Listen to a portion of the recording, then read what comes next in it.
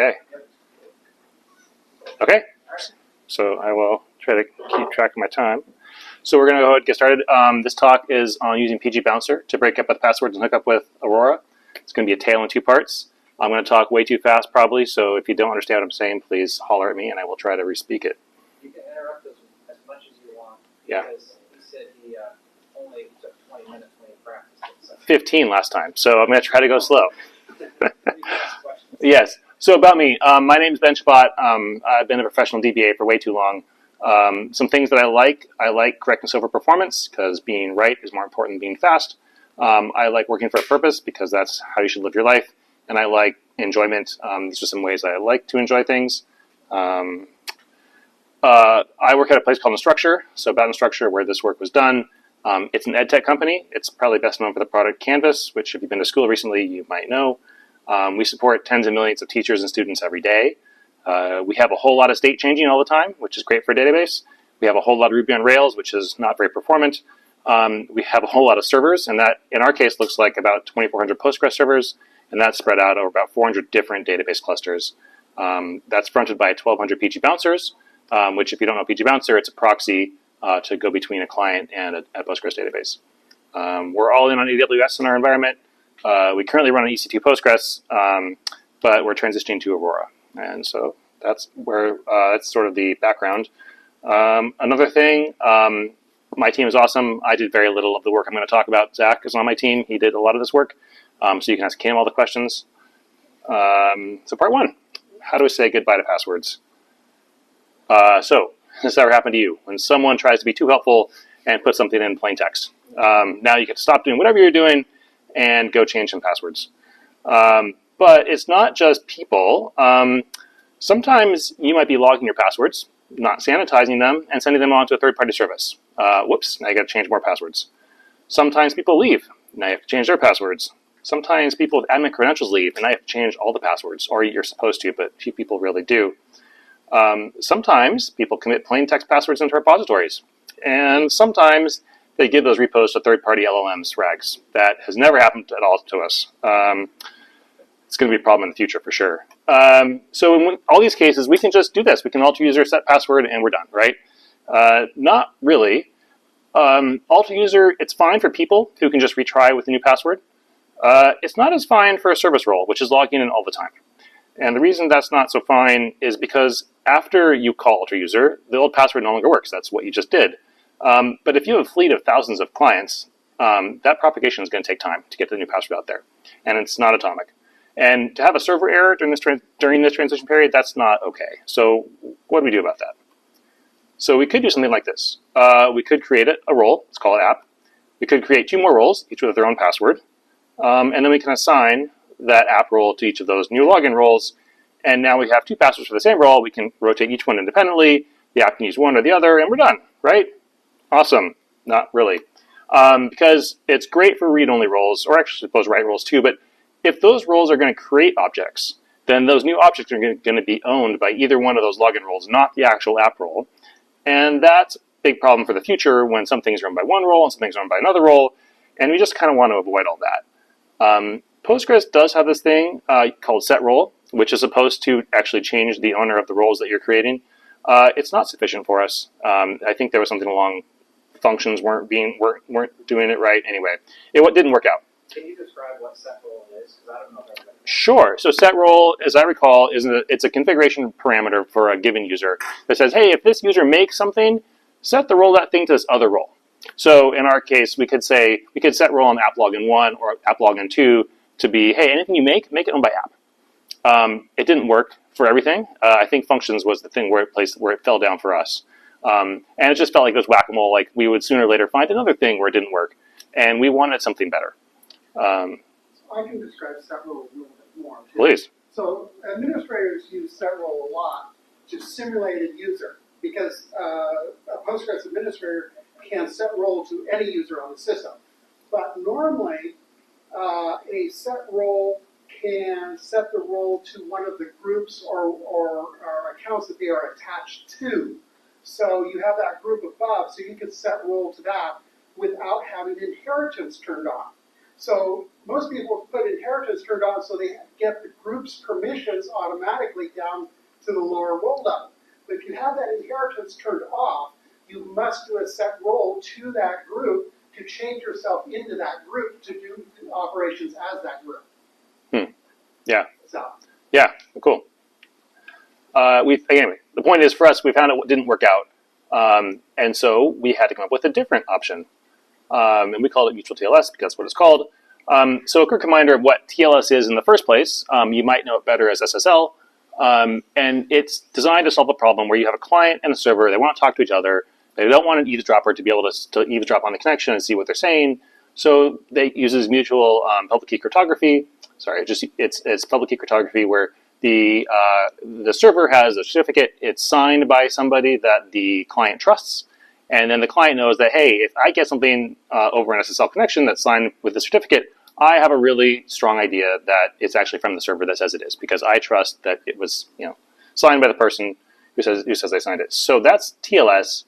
Mutual TLS is just the same thing, except that in mutual TLS, both the client and the server are going to trust the same certificate authority. Both sides are going to share the public key in the communication setup, and both public keys are going to be signed by the same CA, or at least one that they both trust. And so, unlike in normal TLS, with mutual TLS, the server has a high degree of confidence of who the client is. This means that you can use SSL authentication in Postgres. And that's great because in SSL authentication, the name of the user is just a field of the certificate. And that means that the Postgres has to accept any certificate that's signed by someone to trust. And so you can effectively have multiple credentials for the same database role. You could have 6 different credentials that all say, oh, this is from user Bob, you're good. And that's the whole point. But you also get encryption on the wire, which is really helpful for us. We don't actually store passwords on the disk, which is also really nice. We are technically storing certificate files, but they don't count as passwords. Those certificates have expiration dates built in, and that gives you inherent expiration times, unlike passwords. And unlike passwords, you can revoke things at any time that have been put out there. You also get, because it's SSL, you get you get to validate that you're not accidentally talking to the wrong server. Question. I haven't done certificate, I haven't done this before. Did you say that the username is actually embedded in the certificate? Yeah, so the way SSL authentication works is that the common name of the certificate is your username. So if Postgres sees a signed certificate that it accepts, it just says, oh, well, the common name is this. Whoever gave me that must be this person, and so it can be really helpful that way. So there has to be an existing role in the database that matches the common name on the certificate. Yes. But so assuming there is a role and that this is signed by an authority that's trusted, yes, it connects you directly to that role. Yes. Nice. Yeah, it is nice. It gets you validation. You're not talking to the wrong server as well. So that technically solves the man-in-the-middle problem, and that's not a problem for us. But what we do have a problem with is having a whole lot of servers with identical schemas. So having just a little extra help in making sure we're talking to the right server is always a good thing. Yes. If there are multiple users, let's say there's a read-only role, and there's a job role, there's a live server. Sure. Right? So you need 3 certificates then? Yes. Each one would have a unique certificate, and each one could have many certificates with the same common name. And now if you have 5 servers, that's 3 times 5, 15 certificates. Well, no, because you could use the same certificate for multiple servers. You just those servers need to trust the same CA. So as long as each of those servers trust the same CA, then that client can present the same cert to any one of those servers. But for us, it helps us that we are actually doing the right thing. So you can use the same certificate for multiple databases. You could. Multiple Postgres databases. Yeah. Sorry. That's what. Yeah. Precisely so. That's what I thought you said. I just wanted to make sure I was understanding correctly. Yeah. You had a question, too?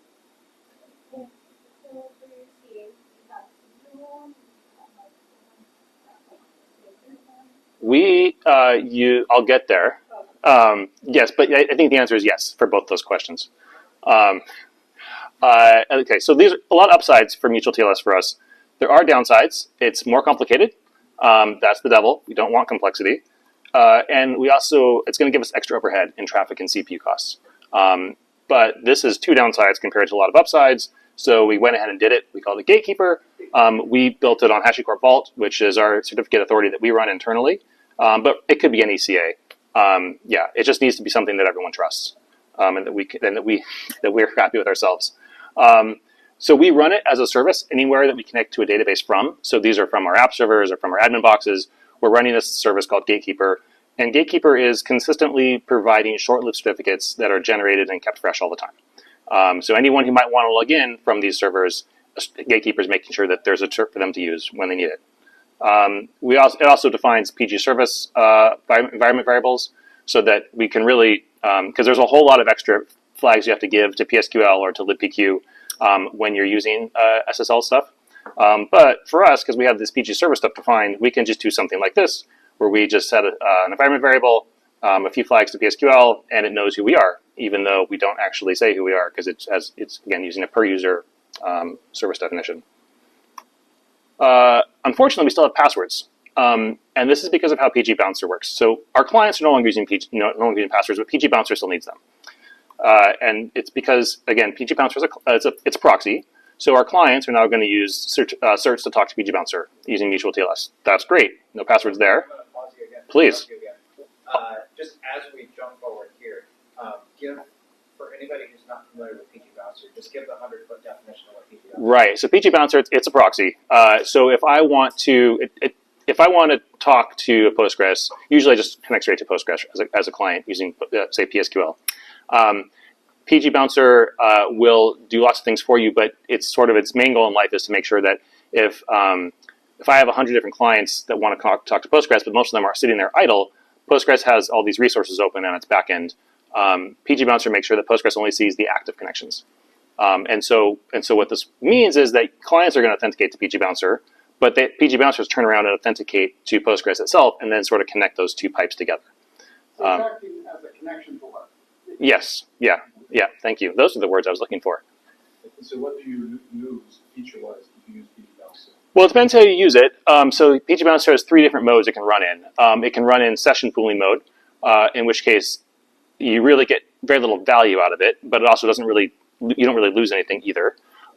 It can run. But why? But Why would you do that? well, right. That is a good question.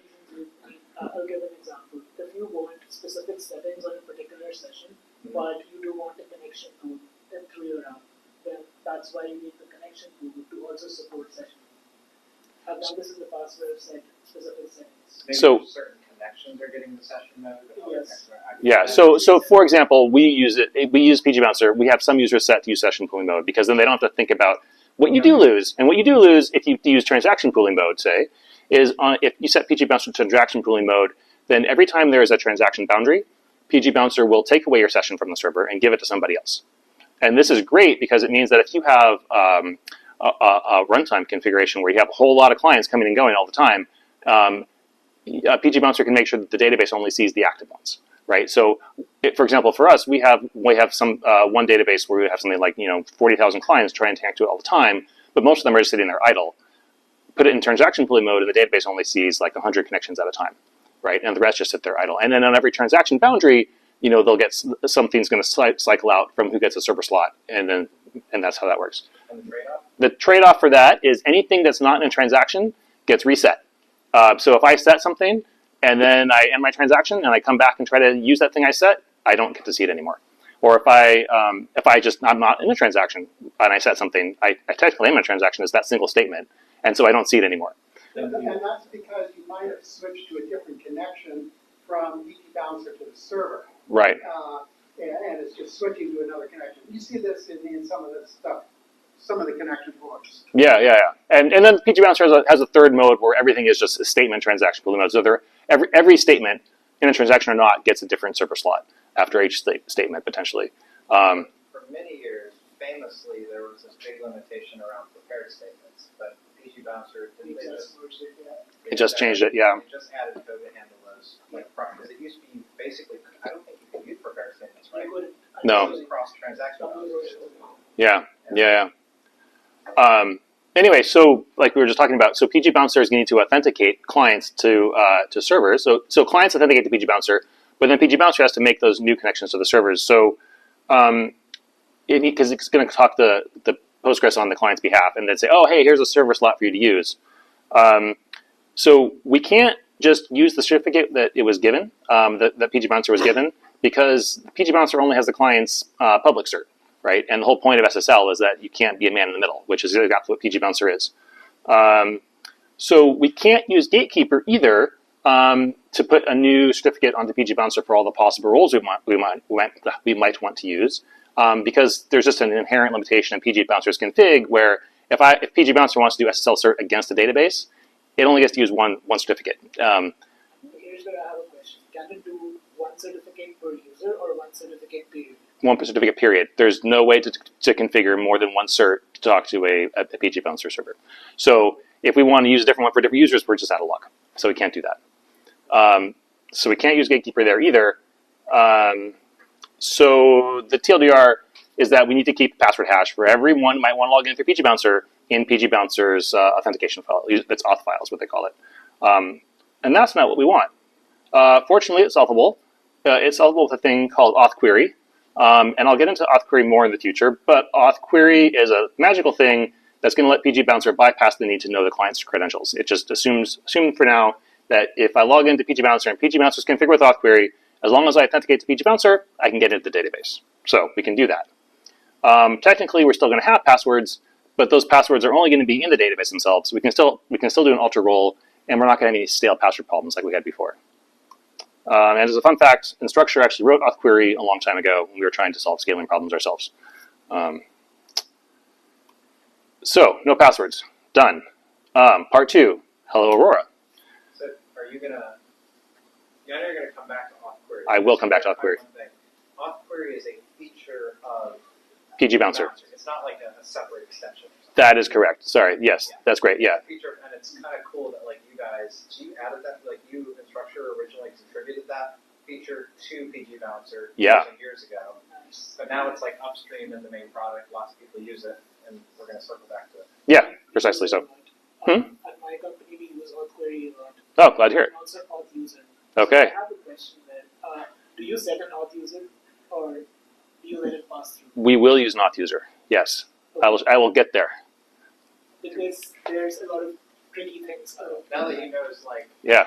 he's got your name. Okay. Are you writing down my email address right there? Okay. Cool. So as a reminder, so we're moving to Amazon Aurora. Here's how you can authenticate into Aurora. You can use passwords, you can use IAM authentication, and you can use Kerberos. So these are the ways that Amazon lets you authenticate into its database. Passwords, we're trying to avoid passwords, so we're not going to do that. IAM authentication is a way to plug into Amazon's backend IAM service. We don't want to do that either. We don't want to do it for two reasons. One is that pgBouncer can't really use IAM authentication easily if you got a lot of users. And the other is that IAM is terrible to manage if you got a lot of users that can't log into databases equally. IAM API has a limitation. If you hit it more than like 50 times a second, I think 50 times a minute even. I think it's 200 times a second per server. Okay. But that's still which feels like it should be a lot, right? Until it isn't, and then you're screwed. Whenever somebody knows the number, like, I think this is what because we rolled it out for a bunch of databases and then we got severely rate limited and then we had to roll it back. So I remember that. Yeah, so you had fun with that too. So we don't want to go there. So we could do Kerberos, but we're not going to do Kerberos because that's really complicated and we don't want to run more servers. So what about the auth query thing? We can go back there, and we will. Here's a reminder how auth query works, or learning how auth query works if you don't know. So a client is going to want to authenticate to pgBouncer as some user. It's going to log in. And then pgBouncer is going to use that auth user to go talk to Postgres and say, hey, what's the password for this user that wants to log in, that's logging into me? It then turns around, gets that password, and logs right back into Postgres as that user with the password was just given. And then hands that slot over to the client. Now the client's logged in with a password that pgBouncer did not know about. From the database perspective, this is password authentication. It was given a password for a user logged in. Password are not stored in Postgres, just their hash. Yeah, but all you need to provide is the hash. You don't actually need the password, you just provide the hash. So when you get a password, it can be the actual password. you can use Yeah. the hash to authenticate Postgres, yes. Yeah. Yeah. A client can. A client passes the hash and then you're in. You don't need to know the actual password. And from pgBouncer's perspective, there is no passwords, right? There's no passwords configured for it, so it doesn't know what users are. It just knows them. Does the hashing thing still work with the with Scram? You know, that's I not with Scram. don't recall. I was actually in the code for this in pgBouncer a few months ago, and I thought there was code in there for Scram There's support. code for Scram. No, code support for Scram and auth query. Like pgBouncer, I think works with Scram. I don't know how though. Because I don't know if you can pass hashes through. You might have to actually. I do not know. Passwords for that. I do not know. Yeah. I don't remember. Yeah, Scram was interesting. It's much more secure. It's more complicated, and It's much yeah, more secure. yeah. I have a question. Please. So, what's happening in your setup is that your clients have these certs. They pass them to pgBouncer, and pgBouncer extracts that common name to figure out the username. Yes, and pgBouncer says, "Oh, I know how to deal with SSL authentication." So it gets so it knows that client is who they say they are, and now it has to authenticate to Postgres. So what we want to do is use auth query, and so the client's authenticated to pgBouncer. pgBouncer says, "Oh, I have a client. It's authenticated. Now I need to get their password so I can log in for them to Postgres." I have another stupid question. Please. This may sound really dumb, but how do you get the hash of the password for Postgres? I will show you that in a second. I'm glad you asked that question. So auth query, we can do this. It's going to be passwords without passwords effectively, except for this problem, your exact problem. So the way that pgBouncer gets the password is by using this thing called pgshadow. There's a pgshadow table in Postgres. pgBouncer goes and reads it, and that's how it gets the hash. If you've seen the movie Sneakers, you can read this in your head in the way it's supposed to sound. If you haven't seen Sneakers, you should go watch it. But in the meantime, here's the summary. All passwords are going to be stored as hashes in pgshadow, right? And that means that if you're someone like Amazon, you can't have people reading pgshadow because there are your own admin passwords in that table. So that means that we basically can't use auth query if we're going to be using RDS. As how it seems, however, auth query is very flexible. Auth query doesn't actually need to query pgshadow directly. In fact, it really should be calling a function and not just using a direct query like we originally wrote it to. And in fact, it doesn't actually need to query pgshadow at all. It can be any query you write. So one more important thing about our environment is that we add all of our DB roles through config management. We use Ansible. You could use anything. But with config management, you can do one thing as easily as you can do 10 things. So what we end up doing is that whenever we add, delete, or modify a user's password, we're also going to do the same operation to some, like our own specially locked down table that only pgBouncer and Ansible role can access. So what we've effectively done is made a pgshadow table for our own roles, and one that AWS is not going to block us from reading. So while we're not going to be able to use auth query for all the roles in Postgres, we're going to be able to use it for all the ones that we add, which is all the ones that we care about. So we still have one last password, and that's the auth user password. pgshadow or pgBouncer, it's going to use this auth query to go look up these password hashes, and it's going to use the auth user to do that. But that auth user needs a password, and so we can't actually get that password with auth user. We have to have that password stored on disk somehow, because pgBouncer is going to need it at any time. So we can't tell Aurora to trust our own certificate authority. So we can't use the gatekeeper step that we've generated. So we have to have this password around. But we actually could also just use IAM authentication, because for one role that accesses all your databases, you can use IAM auth, and that works great. You just you make this auth user, you make a token, you put it into your IAM configuration, you put that IAM token into your auth file and all your bouncers, and that works great for 15 minutes, and then your token expires. And then so what you do is just refresh the token every few minutes and pop every bouncer, and you're golden. This is only going to work for us because all of our bouncers only talk to one Aurora database. Every database needs its own different token, and you can only store one token per role in an auth file for pgBouncer, but as long as you can, you're good. So we technically are still going to have passwords in our database, but we can rotate them whenever we want without consequence. We technically still have client credentials on disk that the clients can access, but that's okay because they're certs, they expire in hours, they can always be revoked, and they're always rotated. We technically have an IAM credential on disk, which is bad, but that rotates every 5 minutes as well, and so that's close enough. Any more questions? Yes? So I been at a place that used SSL, not mutual TLS, but at least SSL connections between clients and pgBouncer. And this was not Rails, but it was Django, so it has all the same performance characteristics as Rails. And we ended up very easily saturating pgBouncer because it's single threaded, because we're thrashing connections from client to pgBouncer, and it's just SSL handshaking taking up all the CPUs. Okay. Did that happen to you? Not yet. But I will say we have a whole lot of client churn, and so what we have done is we did this before pgBouncer started handling multiple processes with they have this thing recently where you can reuse the same sockets. So now you can just have a lot more processes per server or to use up all your cores.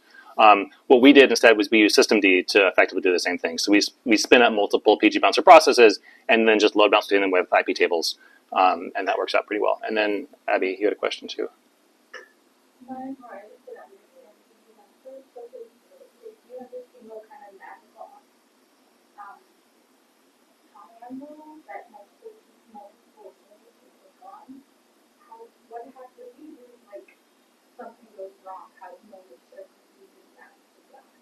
Sorry, I can't hear you over the elevator noise. So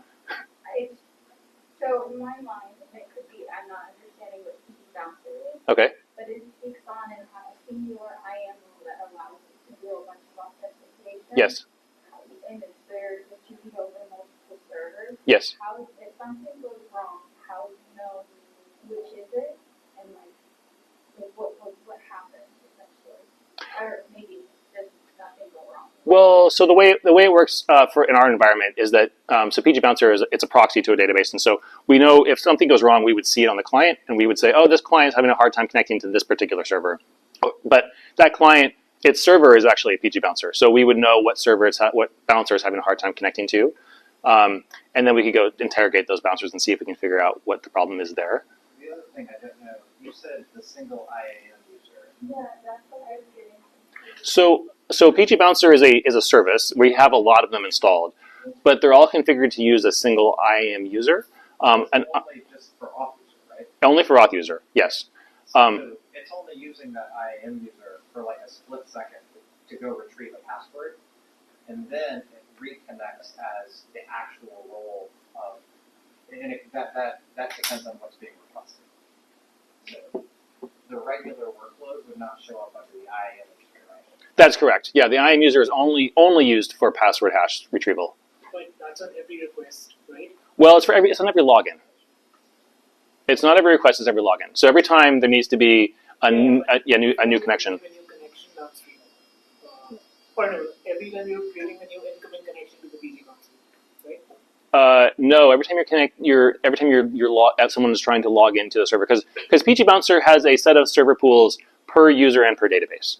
So in our case, it's almost everything is the same user. It's their application user, right? But there are other people have their own personal users as well. But those pools are so infrequently used that you're not really trying to swap them in and I out. understand, but if it's an application, like let's say it's a web server, Mm. it's hitting your pgBouncer, Mm. every time, like let's say I'm on Amazon, I look up a product, it sends a request, it's a new login every time, right? No, because that server slot that server. There might still be a continual. If it's remember, it's what for us. It's some transaction pooling, so it swaps on every transaction boundary. But that backend server slot stays connected as that user as long as it can. It might refresh itself and clean itself out and reset stuff, and then get reused again as the same role. But it doesn't until it has to actually go make a new pool slot. It won't log in again. Now, if it has to go make a new server connection, then it will use that IAM auth role again. Okay, so at my company, we do like almost the exact same thing that you described. It's very close, and the way that we've kind of reduced the number of IAM auth connections is that our process, we have a sidecar that does the IAM auth thing, and it will just get the passwords and put them on the pgBouncer. Like it updates the INI file and hubs the pgBouncer. Yeah, which is what we're doing now. Like that's what I talk about when we're like you're making that new token every few minutes and helping the bouncer. Yeah. So, Yeah. But you don't need to have the IAM user password on the database at all. If you are fetching all the other passwords and putting them in the INI file, you don't need to put the IAM password. Right. You only need that one token. Yeah. Yep. If you have the right IAM rule, you can just get a token temporarily. Does that make sense? Oh, how do you configure pgBouncer to request a new one when it needs it? I thought it needed to be in. Sidecar process. So like, there's another process running on that box. Oh, because you're running in Kubernetes. Yeah, we're still in EC2 for our bouncers. You could do it with EC2 as well. Like, use the same IAM rules, and like, it's just a process. It doesn't matter. Okay. Yeah. And so you are making the token, and then what? Get a new token. Every 5 minutes, you start this process, right? You get a token. You use that token to log in. You get all the passwords. You update the file, and then you have to. Oh, you update the file with all the tokens in them. Yes. I see. So what if a password? What if you need to change a password? That's where they're right. And that's why for us it's complicated, and we haven't been able to figure out MTLS yet, which is the magic part of this for me. And that's because we ran into a lot of issues with Vault. So we did away with Vault. It was a painful migration. We have our own hand-rolled like key stack, and with that MTLS is not figured out yet. Okay. So Okay. like, we have brainstormed this strategy many times, but never executed it because of that building block being missing. I mean, if you want to build on Vault, Zach could help you out, I'm sure. And like, yeah, because yeah, it's worked for well for us so far. Yeah. But yeah, because if we did it like you were describing, then the problem again becomes, well, now I've changed the password suddenly, and I would stay on all my bouncers for at least 5 more minutes. That's the problem that I face a lot. I'm so sorry for you. It's like I gotta go change it everywhere, and then also change it in all the clients. Yeah. Changing it in the clients is the hard part.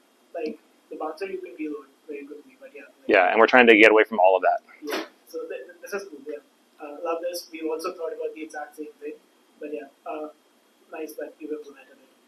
I remember you were working on a pgBouncer patch a few months ago. Yeah, because it turns out that when you use SSL and auth query in a bouncer before 1.21, it doesn't work.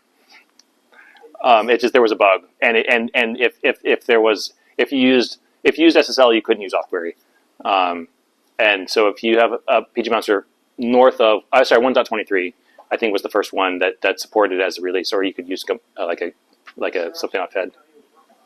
I spoke to him about it a few months ago. Yeah, But how did you know the talk, like, it's just we came came up. out, or did you like see it on the mailing list? No, came up and we were talking about it. I think that like earlier that day, I just figured it out, and so I was complaining about the bug, and yeah. And I was complaining about how like the config is a hash map. So like I can't have, let's say my bouncer logs to 2 different databases. Yeah. Right? If the username is the same on both the databases, I have to the password has to be the same because it's a hash map. It's like a key value. It's a single key value store, so you can only store 1 token per user. It doesn't have the database name as part of that token. No, it's username because it's passwords. Like yeah, they're time tested. Yeah. Anyway. Well, and also, if you're connecting to multiple databases in a single cluster, those users are global objects across all the databases. So there's that. Yeah. So also my understanding is because the auth stuff wants to return a hash, if you are using stuff like LDAP authentication, it's not going to work because the passwords are not stored in Postgres.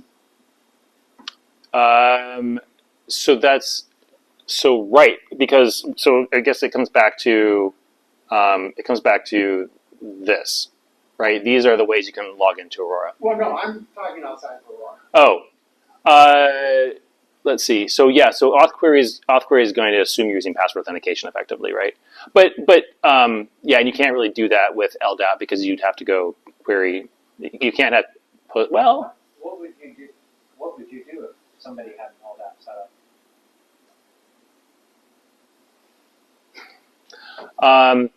If someone had an LDAP set up, I would probably. Well, you could still do the same thing, exactly what you're doing here. This would still work, right? I don't know that you would need to be so complicated about it, though, right? Because the whole point for us is trying to just make sure that you can automatically rotate passwords. If you have an LDAP set up, presumably you are looking at those passwords on every use to begin with. Well, I was wondering about the system key, using certificates for applications, and make those work in. So you can have SSL and not use SSL authentication, right? Like you can just use SSL for the bytes on the wire, but you're just not going to use the SSL common name to prove that you are who you say you are. So you could still use your LDAP authentication with SSL. That's fine. Yeah, but I'm talking about, because we have in-house servers, and we're using LDAP. So if we stuck pgBouncer in front of it, Yeah. The pgBouncer to Postgres has to do the LDAP part of the authentication, but if we want to use certificates to go from the client applications to pgBouncer, I'm just trying to figure out how to make that work. Would you want to do? Why would you want to do SSL authentication to pgBouncer? If you already have LDAP installed in your infrastructure and you're happy with it, then I would think that you could, because pgBouncer supports LDAP authentication, I believe. I thought I saw that when I was in the code. Okay, I haven't looked. Oh, okay. I think it does. And so I think the way it would work, and this is me not knowing exactly what I'm talking about, but I think the way it would work is that your clients would authenticate to pgBouncer, or they would try. pgBouncer would say, oh, I'm supposed to use LDAP authentication, and then it would go look something up and say, okay, you've given me the right token somehow. And then it would turn around and try to do the same thing with Postgres, which would go around again and go look up the LDAP authentication, and it would supposed to do the right thing. And I don't know with LDAP if there's a password hash that gets shared, and then pgBouncer passes that on to Postgres that from whatever it retrieved. I don't know how that part works exactly.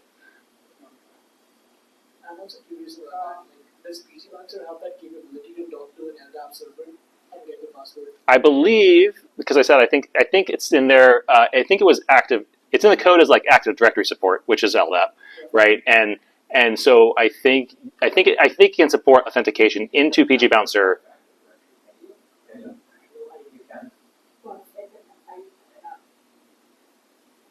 Yeah, I think you, Active Directory in a way that it's not hashing the passwords. Like there's a password in a way, stored in a way that it can get back out. I don't know.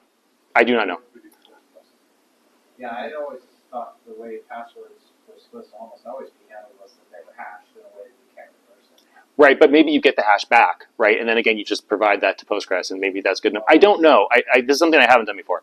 But I'm pretty sure that pgBouncer supports LDAP authentication. And then once you're authenticated to pgBouncer, again, well, either you would have passwords on disk, or maybe from the LDAP authentication, you get something that you could pass on for more LDAP authentication. I never went down that path because we don't do that. Yes? So a question about pgBouncer. Sorry, I know it's a bit outside of your topic. No worries. I just never used it. But since you say it's a proxy, does it mean that you make a query that's fairly big that returns maybe a million records? Mm-hmm. pgBouncer has to get a million records before it passes to you? No, it streams them. It streams them. It doesn't have to actually buffer everything in memory before it passes it on. It just streams packet by packet. It doesn't parse. pgBouncer doesn't parse your packet. Yeah, it's very so. Unlike things like pgpool, it's a very lightweight proxy. It's very terse in the code base. It might be a polite way to say it. It's very lightweight, minimalistic proxy that's very good at doing transaction pooling. That's so much better. It's very good at doing transaction pooling and being lightweight. Like so, for example, we pass, I don't know, anywhere from like 20,000 transactions a second on a single core box with pgBouncer. It's just fine. There's like 6 or 8, I feel like, different Postgres proxy things that have a somewhat noticeable amount of usage. pgpool, and there's kind of, I feel like there's 2 different families. There's some of them there's a family that are designed to be like, so there's the smart ones. Lightweight, and like just thin and fast, and that would be like pgBouncer for sure. pgCap is another one. What's the Yandex has one? Agrol or something like that. Yeah, like Yandex's Odyssey Pooler. Those are all super fast. Yeah. Then there's some others that are designed to give you richer functionality. So, and pgpool falls in that category. So they actually will like parse your SQL. pgpool, like the thing it wants to do, or has the ability to do is like route some queries to a read-only node. If I understand right, there are some. I probably think of like 2 or 3 commercial poolers too that have monitoring built in. That just have more sophisticated functionality, but they're a lot heavier. Yeah, it's like HA proxy with a bouncer pool. It's a lot more. And I'm actually really curious to see at the last PG conference, right, they were talking about doing, I don't know if you were there, Jeremy, they're talking about doing actual threading in Postgres backends now. And that would sort of take away a lot of the need for a connection pooler, potentially. I mean, this is years out, and I'm curious to see where it ends up going. But It is, yeah, yeah. it figures out, if anything. Yeah. And it is really good. That discusses like trends. And I don't know, this is my opinion. I don't think that would ever remove the need for bouncer. Like, I think even with threads, I still think you're not going to want 20,000 connections off the Yeah, I think that's kind of an edge case. That's more of an extreme example. But I think most people are going to run pgpool, right? Or pgBouncer when they have 2,000 clients. And I think in that case, if you just have 2,000 most idle clients, you can probably do just fine with that in a thread. I can imagine a world where that would work fine. I can also imagine a world where you would really still want. buy 2,000 connections today without pgBouncer if you're on a large server. Kind of large, yeah, but it's wasteful, right? It's very wasteful, and It is wasteful, yeah. But I don't know, the happiness set that I have is to measure it in the hundreds. But there's a gray area, I think, in the single digit thousands. I feel like once you get into 10,000 and up, I feel like there's pretty strong consensus with everybody that that's kind of like the red zone. You're very highly likely to hit sharp edges and have problems. For sure. There are people that run 1,000, 2,000 connections into, and the funny thing was when I published on this on Twitter and stuff, is I had a bunch of my old Oracle friends who jumped in there like crazy. It's exactly the same numbers on them.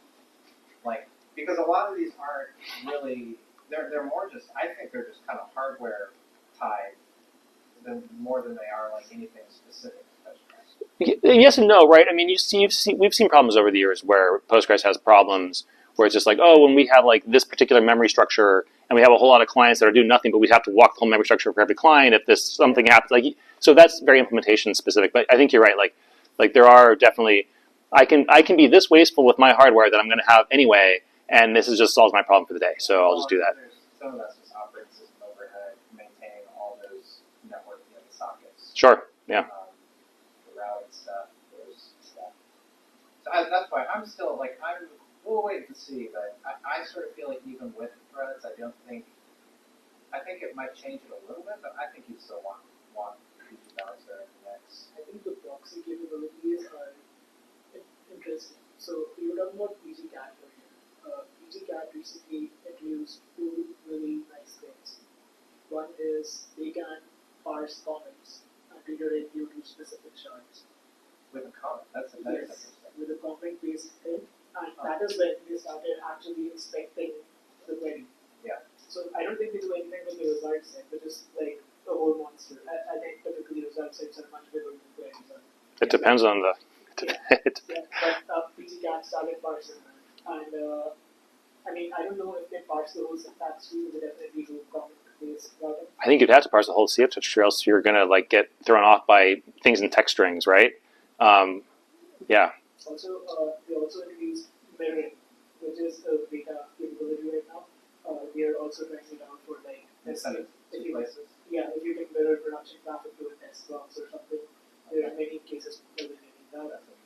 So something I have not heard anybody talk about, but just being a Geico kind of got me thinking about this, is security use cases. So things like, what if you want, and this can be done at the database tier easily enough, but the stuff that PG Audit does, why not do some of that, offload some of that stuff to a proxy tier instead of running everything at the database tier? So, and the two things are auditing is one, and then sometimes you want to maybe do certain things where you block certain things if they match a certain pattern. This is there's tons of security firewalls that do this kind of thing, that stateful inspection of TCP connections, and they will recognize certain patterns and just block them.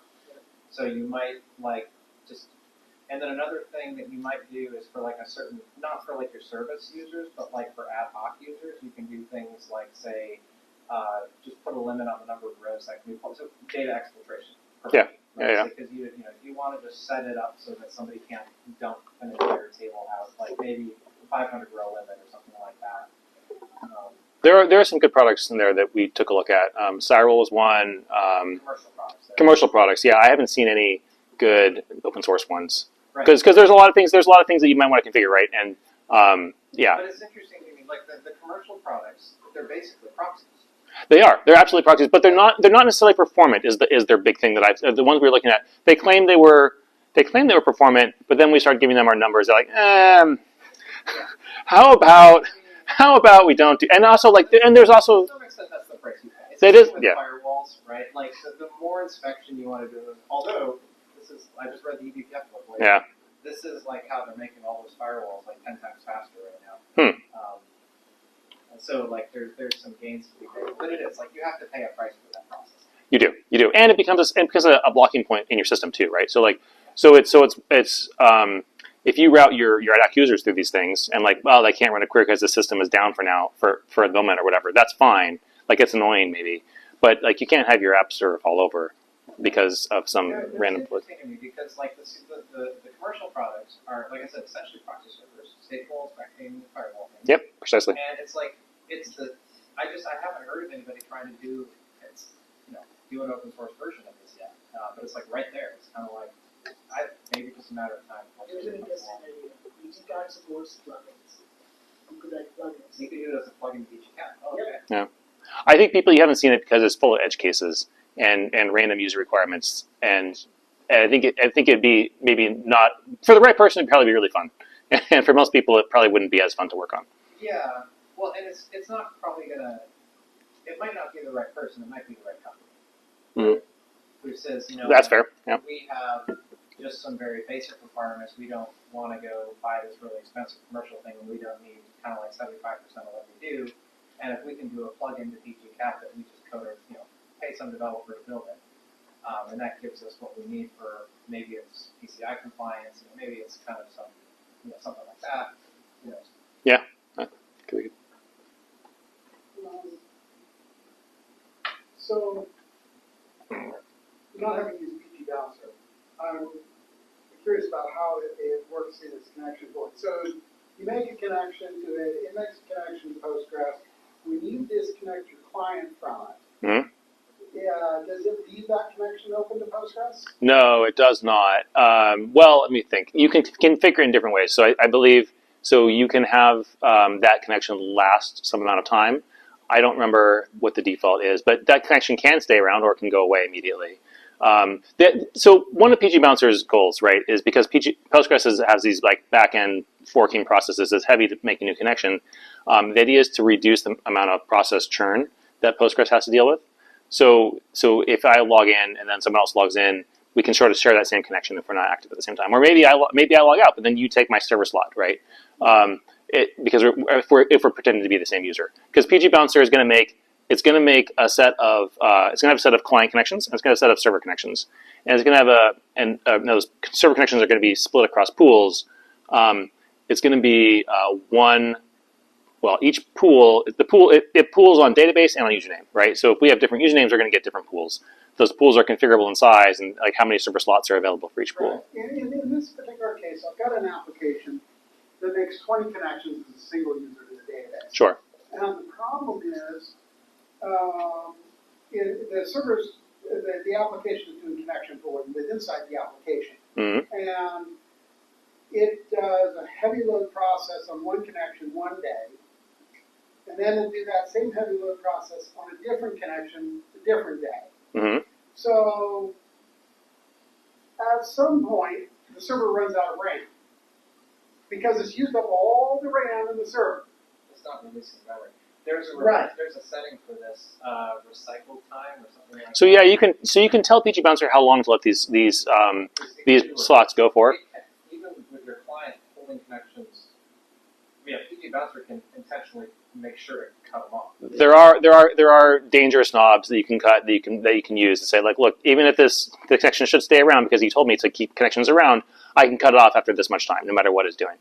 But you could also, and what we do, Because what I want is if it's sitting idle right, and the connection's over so old, right. from the start of the connection, they go ahead and disconnect. So what I'd recommend is you look into transaction pooling, right? So if you can use transaction pooling, this is going to solve so many problems for you, because as soon as you're done with your transaction, your server slot is up for grabs for somebody else.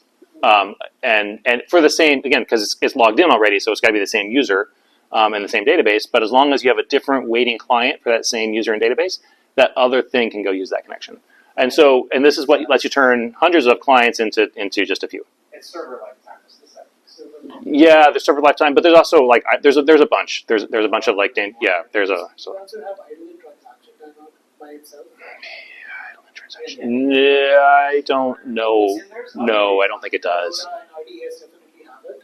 Okay. I'm not sure if pgBouncer does. Like you get 2 knobs to like give I out think idle I transactions. was curious your experience. I've always thought like you should almost always set these things because in Postgres, I feel like when you keep a connection open for a long time, it just kind of accumulates the amount of memory it's using. And I don't know why, but it feels like processes float on the server. So like having some kind of recycling of connections. Yeah. Where you don't keep them around for weeks. So there's a apropos story about that. The reason it does that is because that backend caches object stuff in the object cache. The reason that we wrote auth user originally and stopped using it was because we were trying to shard based on user, and every shard was going to have a user. But we ended up with hundreds and hundreds of users caching to the same database, and they were all just bloating because they're all caching the same objects. And so we stopped using auth query and pgBouncer at one point. Those connections are getting tens of gigabytes of RAM attached to each connection until finally the server runs out of RAM. And do they need to stay? Why don't you disconnect? One thing you should do here, if you can figure out what Postgres just added this function. So there's a thing that you can dump all the memory context to the log. And if you could figure out, the only problem is that the way Postgres currently coded the function is you have to run the function on a connection and it'll dump the memory for that connection. There's no way to tell Postgres to signal a connection. Well, you could attach a debugger. Actually, you could attach the GDB and call the function, but that's not a good idea. Well, maybe. It might work. It might work if you find one that's idle. But that function, like the one thing that would tell you is if there's an actual memory context like that is getting out of control versus like the malloc library just not releasing memory back to the operating system or something like that. And this is one Because of there the could be a memory leak, could be a bug in the Postgres. right, and this is one of the reasons. Well, we have seen this with Postgres 12. We've seen it with Postgres 15. We've seen it with Postgres 10. So it's been around for a while, but it's been getting worse for us to where right now we're hitting it every week or so to where we're having to reboot the server. Or actually, I found now I can actually go in and kill the idle connections, and our application puller will see it gone and reconnect without throwing errors to the end user. So is it the actual idle Postgres backend that is using all the memory? And so they're sitting in the connection puller, sitting idle, not doing anything on the application server. And in Postgres, they're sitting idle, and so we just go ahead and do pg terminates on them. yeah, I was gonna say, can you just terminate your idle connections on the server and then? Okay, so one, we didn't write the app, although a different part of the app did.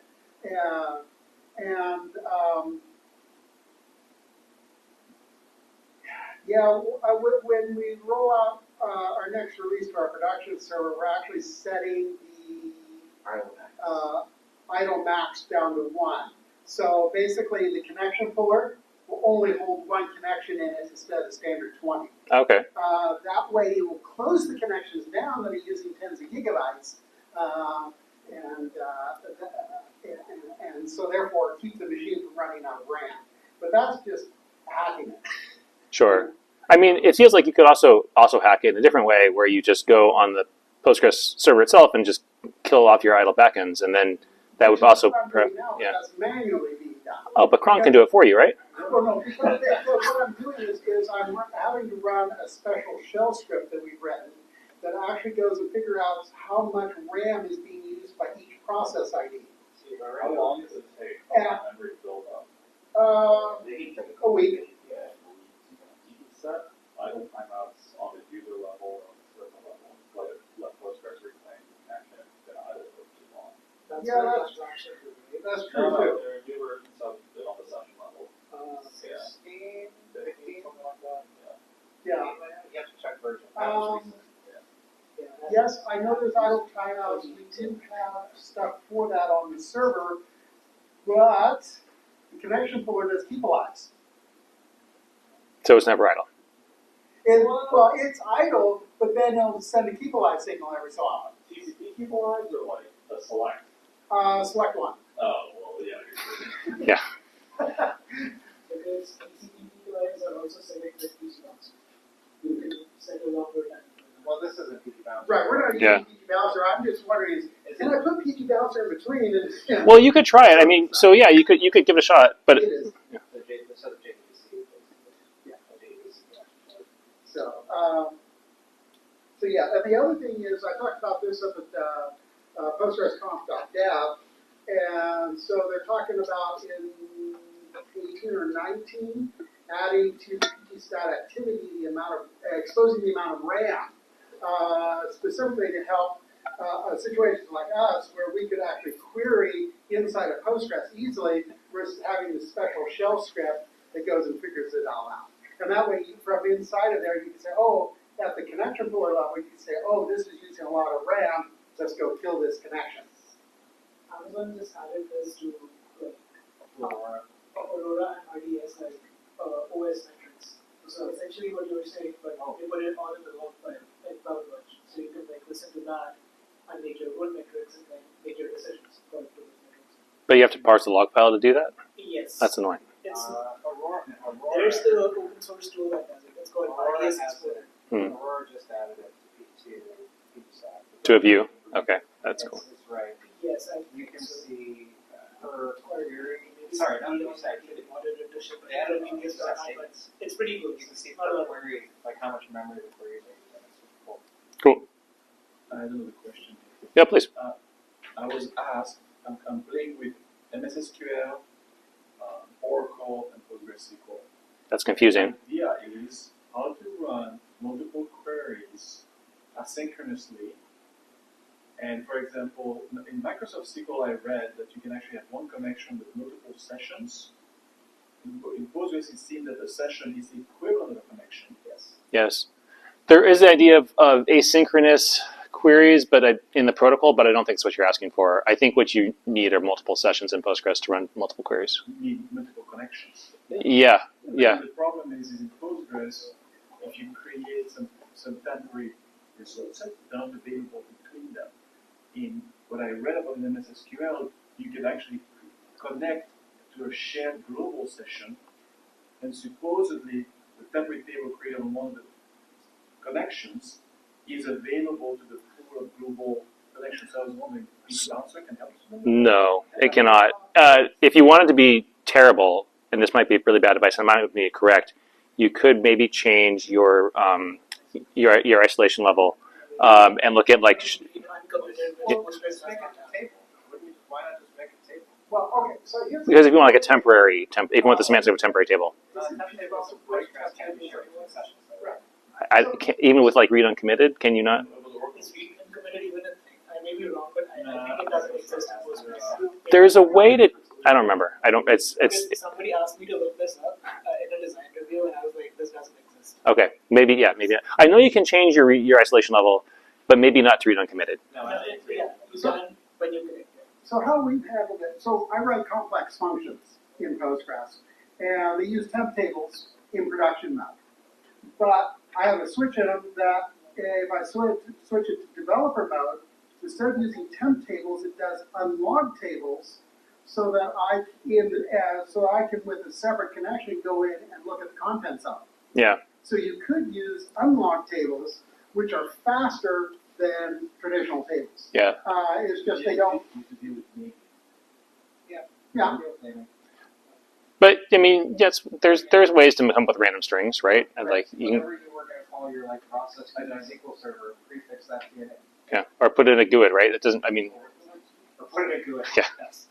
GUID everything. No, I think it shouldn't be too bad, but But I think that's really the best solution. Probably is an unlog table. Looking in your, like, you just list all the tables and you've got like a bunch of tables that are just GUIDs. Like, what is that? I mean, I understand the idea. You have queries that can take 10, 15 minutes. I feel like I say Fire them out asynchronously. Somebody shoot them out, the server can run them. the same connection and some kind of API or something says, hey, you get the result for me. Can I finally get the result? So are you asking for just like, are you just like wanting to pull if one query is done? Yes. Yeah, I mean, So why don't you just use, you could what does Postgres call it? Signals? There's a way to like to subscribe to, yes, let's notify, thank you. yeah, but I don't. It's not, So you have to hold. So the thing, something has to run your query, and that has to stay connected. If you kill a connection, it will kill the query that's running. Yeah. So, but what you can do is just there's lots of scheduling agents. So you can use pgcron, you can use pgagent, you can use the Yandex one again. So you could have something like that and essentially use those to kind of like schedule or pgcron is a schedule. On their own connection. Yeah, they work on their own connection. So then you can say start running the query. It'll or running the job, running the stored procedure, And then whatever it is. It'll just run it. You can disconnect and then you can pull periodically.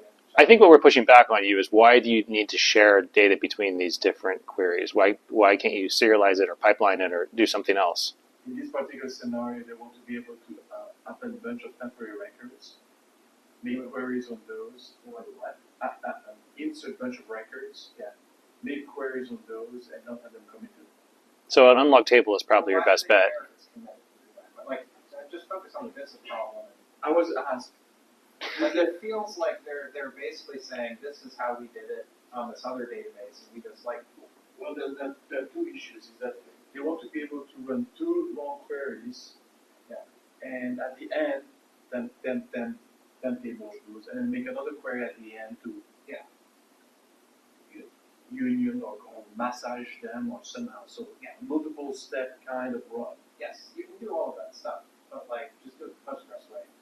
That's what I'm trying to find out. If I can. So there's a thing it's not pgcron. There's another thing that's not pgcron. I can't remember what it's called right now. I can look it up, but it does let you take the output of jobs and use them for inputs to new jobs. So it sounds like just what you're looking for. And at the end of that pipeline, then you can go and delete all the stuff, and that runs as a daemon on your Postgres server. So you can know that if Postgres is running, this is running. That sounds interesting. It is a very complicated version of pgcron. Tell all of us what it is when you remember. Sure. Yeah. I mean, right code that does what you said. It starts two jobs which create their temp tables, and then you write another piece of code which merges them or whatever. But they are different connections, so you cannot see the temp table of each connection. You'll have to sequence them in a way that like they wait for each other to commit or something. But I would just like the temp tables. Like it doesn't really matter whether it's temp, unlog, log. Like just do it however to get it done. Like you can come up with a table with a name. That, like I said, just call the table temp table. Like name it temp table, make it a regular table. You'll probably trick your friend who doesn't know anything about Postgres anyway. They'll think it's temp. And then you delete it at the end. They just drop somewhere it. you write code that deletes it. Just prefix it with the word temp. They will all think it's a temp table, even though it's not. And don't tell them. Don't tell them it's a regular table. I have a new topic. Does anybody know of a way to have ETLs for rows? Like if I want rows to auto delete after 7 days. So you could have. I mean. Rows. So again, pgcron, and you could. I mean, I think you'd have to be scanning and have like an index, right? If you just have an index and say like this is when we're gonna. I don't know where it's coming from. So like it could be this if it's just from like there's two things. There's lifecycle management, data lifecycle management, and there's security. And if you're coming from the security angle, you might consider RLS too. And then if you have like a defined column, because RLS is designed as a security feature, and you can make stuff just disappear. Even if it's still in the disk, it can't be seen. So if it's just lifecycle management, then like cron or whatever. Yeah, but So in DataWorks, the modeling tool I support, I support also something called sign audit, which is a trigger-based method to log all the changes to all the tables. So what you could do is ensure that sign audit will keep track about all your records added, and then you can query regularly, showing all the new records that were added since the previous time I checked. So at least you would know where to go and hit them. I understand. My requirement is like records auto delete themselves after a set period. Is it driven by security? Is that like the push? No, like it's just like some business requirement that data these days, like So there's no way in Postgres to have a row act upon itself, right? But you can set a data and have things act upon it. Timescale DB extension, you can shard by time, so they all become child tables. You insert in the parent, goes down to child automatically, and using timescale it auto creates. Now you can do the same thing in Postgres. You just have to do some extra work. And then you can have it drop. You can have a thing that goes and drops that shard. So like, what kind of code? Yeah, what level of resolution are you thinking? Like, when you say TTLs, like, is this like once it's 7 days old, drop it, or like once it's like 7 minutes? Yeah, that's a good question, and that's also I think what Tom is getting to. It's like if you put partition by date, Right. you could have a manageable number of partitions, or essentially. And if you're okay with just like once, if the resolution is coarse enough, then you can batch it, right? Just like once a day you drop the daily partition versus does it have to be at exactly 24 hours? Because then like how do you even trigger that? If it's exactly 24 hours, you have rows filtering in all the time. You're gonna have to be constantly going around and deleting stuff. Yeah, you're right. It depends on how strict the requirement is. It's like good enough to be deleted like within 24 hours of expiring. Yes. You can just do a daily partition. Yeah. and if you want to just use pure Postgres, then you'll need to have stuff create the partitions for you, where Downscale will auto create the partitions. Even with it, if it's like say hourly, you can have a cron job that runs once an hour. Just delete stuff. Yes, and deletes the oldest partition, or if there's just a runs the timestamp. delete statement. Yeah. No, I mean honestly, it's not a bad. Like you could just have run every minute and just delete something if it's indexed. Eric, this slide's for you. This is what you need. Dropping the partitions, it runs very fast versus a delete. If depending on the size of the table, a delete can take a long time. Where dropping a partition is immediate. Yeah, but even if you do daily partitions, you can delete within the partition. Things like that. Yeah. Eventually you'll drop it. What doesn't matter. I mean, the only good thing about that is like it's partitioned, so like your blast radius is lower, also it's faster. Yeah. You're not scanning all records. So It looks still like. It's very much like cron, but the output of one job can feed into another, and they can pipeline, and they can have error handling, and the author is responsive. That's so cool. Yeah, it's. I did not see this before. This is really neat. MIT license, super open. That's nice. Permissive. this is not an extension, right? This is it is an extension. That's cool. Or no, it's not an extension. It's a standalone client. Sorry, not an extension. Standalone client. Oh, interesting. I feel like this could be a really cool plugin for like workflow. Anyway, events, I'll bring this here. Or stuff like that. If it was on that platform, it would like sell really well. This is cool. This is really cool. So It's a client. You probably need a server that it runs on. Yes. Next to database, but then once you have it running, Yes, has it PG? Like PG Agent is the same way, which is the PG admin one, right? I think so. Like I think it has to run on a server and connect. So the model's out there. Yeah, I mean it's not conceptually difficult. It probably works with managed services. There's a crazy thing I did at one point to help me develop stuff. I created a store function in Python that I could call from within PostgreSQL, and the purpose of it was to UDP messages. So I could actually monitor messages that were called from stored functions. So the store function can be called in other store functions. So I just had a store function for send a message to UDP. And again, UDP advantages is not a blocker; it just streams. Yeah. So being able to code in Python with PostgreSQL is insane. I did not know this. Like that you could do that. Yeah, not in the Aurora or. Well, because you have to be a trusted language at that point. Like if you're going to be doing that, you got to. Yeah. So you install the extension for Python on the Postgres server. I think AWS released something where you can write your own extensions within some boundaries. Yes. Use bundles. No. It's called. Trusted language extensions. Yeah. Yes, we're using that now. It's kind of annoying to be honest, but it works. I mean, it's better than asking Amazon to do it for you. So yeah. Are you using it with Rust? We are not. We talked about this for something. I can't remember what it was for. But anyway, someone was telling me that I could use Rust as a TLE thing. But I know somebody would have done it for Yeah. S3 uploads. Interesting. Custom